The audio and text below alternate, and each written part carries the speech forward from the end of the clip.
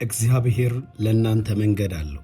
እያለፋችሁበት ያለው ሁኔታ እያለፋችሁበት ያለው ነገር አስቸጋሪ ቢሆን ውጣ ውረዱ ከባድ ቢሆን እግዚአብሔር ግን አይተዋችሁ።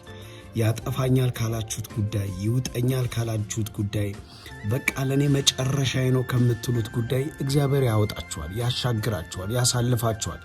ያበቃ ያለቀ የሞተ ከመሰለ ነገር ውስጥ አውጥቶ እግዚአብሔር በድል ጎዳና ያራምዳችኋል።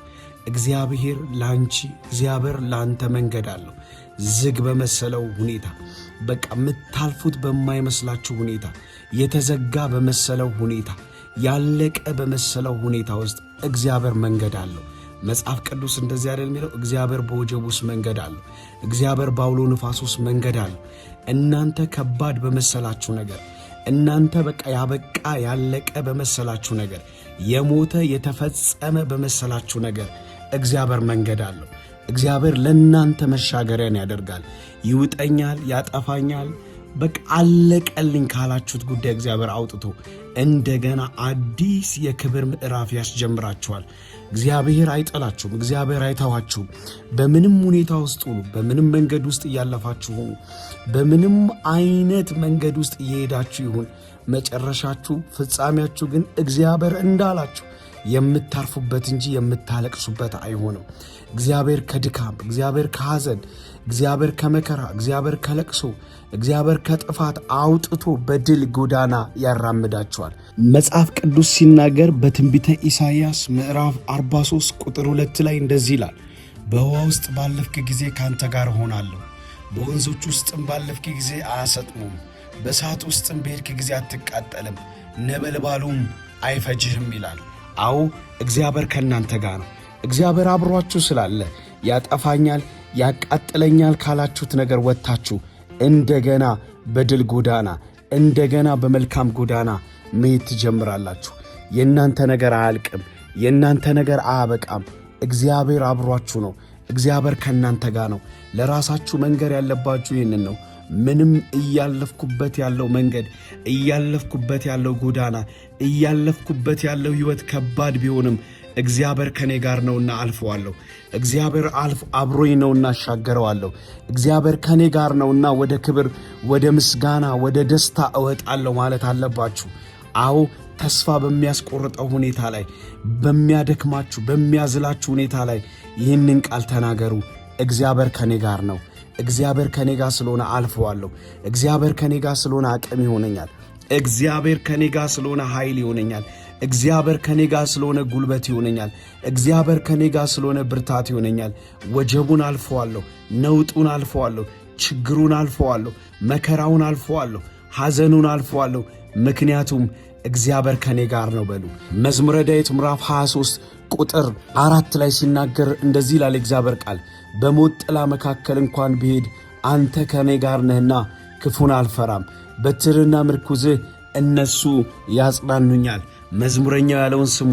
በሞት ጥላ መካከል እንኳን ብሄድ አንተ ከኔ ጋር ነህና ክፉን አልፈራም አለ። እግዚአብሔር ከእናንተ ጋር ነው።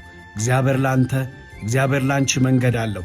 አዎ ይሄ ያለፋችሁበት ያለው ሁኔታ አሁን የምታልፉበት መንገድ አሁን የምታልፉበት ችግር አሁን የምታልፉበት መከራ አሁን የምታልፉበት ጥያቄ የእናንተ መጨረሻ አይደለም። መጨረሻችሁ እግዚአብሔር እንደተናገረው እግዚአብሔር እንዳላችሁ እግዚአብሔር እንዳሳያችሁ መጨረሻችሁ ክብር ነው። መጨረሻችሁ ከፍታ ነው። መጨረሻችሁ ስኬት ነው። መጨረሻችሁ መከናወን ነው። ሰው ምንም ሊላችሁ ይችላል። ሰው ያላችሁበትን የምታልፉበትን አይቶ ሰው ምንም ሊገምት ይችላል። ግን አንድ ነገር ወቁ፣ እግዚአብሔር እንደ ሰው አይደለም። እግዚአብሔር እንደ ሰው ስላልሆነ እግዚአብሔር ለእናንተ እንደ ዘመድ ወገኔ ብላችሁ እንደ ከዳችሁ ሰው ስላልሆነ እግዚአብሔር ያለውን ይፈጽማል። እግዚአብሔር የተናገራችሁ ይፈጸማል። እግዚአብሔር ያሳያችሁ ያ ይሆናል። ስለዚህ አሁን ካላችሁበት ሁኔታ የምትወጡበት መንገድ አለ፣ የምትሻገሩበት መንገድ አለ፣ የምታልፉበት መንገድ አለ። እግዚአብሔር አምላክ ለእናንተ መንገድን ያዘጋጃል። እግዚአብሔር አምላክ ለእናንተ መውጫውን ያዘጋጃል። መውጫ ከጠፋባችሁ፣ መፍትሄ ካጣችሁት ማን ይረዳኛል፣ ማን ያግዘኛል፣ ማን ያሻግረኛል? ማን ከዚህ ጉዳይ እንደወጣ አቅም ይሆነኛል ካላችሁበት ጉዳይ ለመውጣት እግዚአብሔር አቅም ይሆናችኋል። እግዚአብሔር ብርታት ይሆናችኋል። እግዚአብሔር ጉልበት ይሆናችኋል። እግዚአብሔር ኃይል ይሆናችኋል። መዝሙረኛው ሲናገር ዳዊት ምንድን ያለው? አቤቱ ጉልበቴ ሆይ ወድሃለሁ አይደል ያለው? አዎ እግዚአብሔር ጉልበት ይሆናችኋል። ይህን ጊዜ ለማለፍ፣ ይህን ጊዜ ለመሻገር፣ ይህን ጊዜ ለመወጣት እግዚአብሔር ጉልበት፣ እግዚአብሔር አቅም፣ እግዚአብሔር ኃይል ይሆናችኋል። ከዚህ የተነሳ እንዴት ወጣዋለሁ፣ እንዴት አልፈዋለሁ፣ እንዴት እሻገረዋለሁ ያላችሁትን ችግር ተሻግራችሁ አልፋችሁ ለምስጋና ትቆማላችሁ። መጽሐፍ ቅዱስ ሲናገር እንዲህ ይላል፣ መከራህን እንዳለፈ ውሃ ትረሳዋለህ ይላል። ታውቃላችሁ፣ መከራን ማስረሳት የሚችል እግዚአብሔር ብቻ ነው። መከራን ማሻገር የሚችል እግዚአብሔር ብቻ ነው። መከራ እኮ የሚረሳ ነገር አይደለም። ጠባሳ ይኖረዋል። ማይረሱ ቀናቶች ይኖሩታል። እግዚአብሔር ግን ሲያሻግር ይረሳል። እግዚአብሔር ግን ሲያሳልፍ በቃ ይረሳል። እንዴት ካላችሁ እንዳለፈ ውሃ እረስታችሁ ይህን ቀን፣ ይህን ችግር፣ ይህን ሌሊት፣ ይህን መከራ አልፋችሁ የምታመሰግኑበት ቀን፣ እልል የምትሉበት ቀን፣ ለእግዚአብሔር የምትዘምሩበት ቀን ከፊታችሁ ይመጣል። የዜማ ጊዜ፣ የምስጋና ጊዜ፣ የደስታ ጊዜ፣ የእልልታ ጊዜ ከፊታችሁ ይመጣል። የምታመሰግኑበት ጊዜ፣ እግዚአብሔርን ረዳኝ፣ አገዘኝ፣ ደገፈኝ ብላችሁ በሁሉ ፊት ቆማችሁ የምታመሰግኑበት ቀን ይመጣል።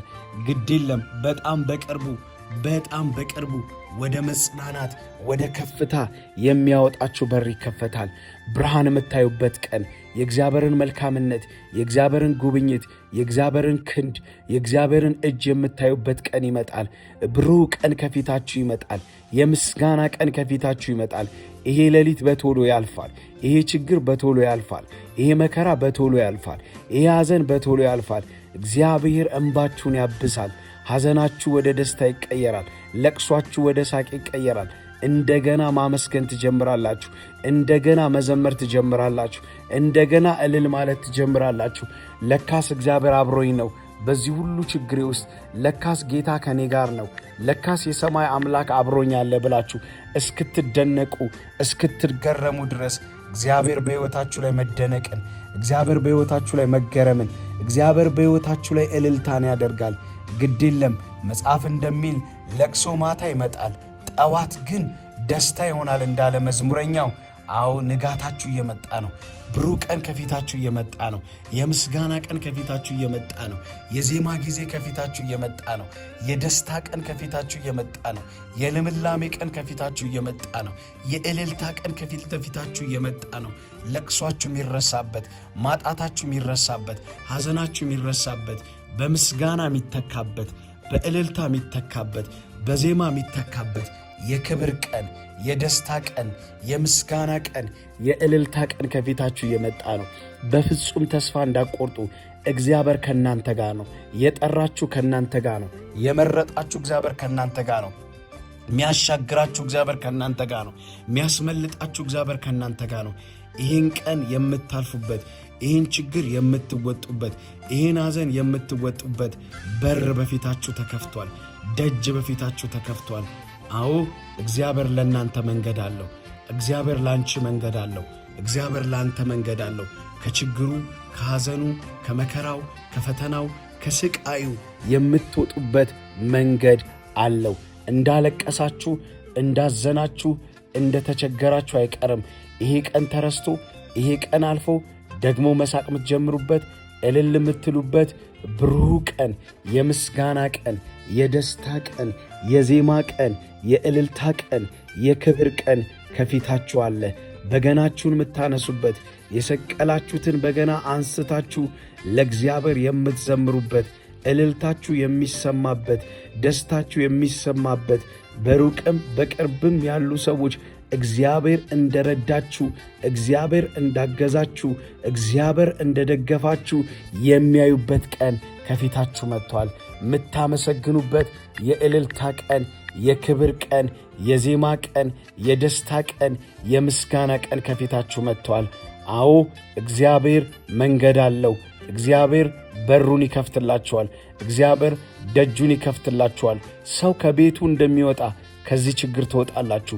ሰው ከቤቱ ወጥቶ ወደ ደጅ እንደሚወጣ ከዚህ መከራ፣ ከዚህ ሐዘን፣ ከዚህ ጥያቄ ትወጣላችሁ። እግዚአብሔር ለእናንተ መንገድ አለው። እግዚአብሔር ለእናንተ በሮችን ይከፍታል። እልል የምትሉበት፣ የምታመሰግኑበት የሳቃችሁ ቀን፣ የደስታችሁ ቀን ከፊታችሁ መጥቷል።